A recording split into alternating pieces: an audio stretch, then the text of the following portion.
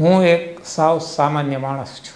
ગુજરાતના અમરેલી જિલ્લો પછાત ગણાય, એમાંય અમરેલી તાલુકાનું એક નાનકડું ગામ ગાવડકા સાવ પછાત ગણાય.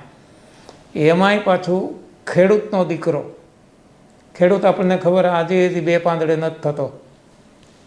એટલે ત્યાં મારો જન્મ થયો અને હું જે સંઘર્ષ કરીને આ સ્થિતિએ પહોંચ્યો છું, એને માટે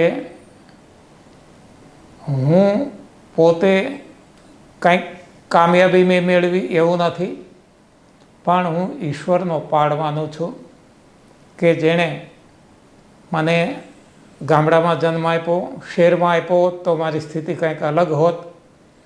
પણ ગામડામાં કાંઈ સુવિધા નહીં.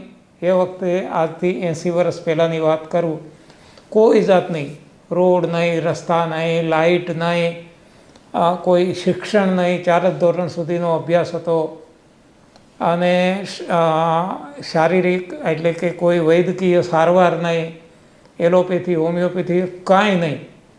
અને એવામાંથી હું સંઘર્ષ કરતો ભણવામાં સંઘર્ષ, શરીરના રોગો સામે સંઘર્ષ, બધું કરતાં જે અહીંયા પહોંચ્યો.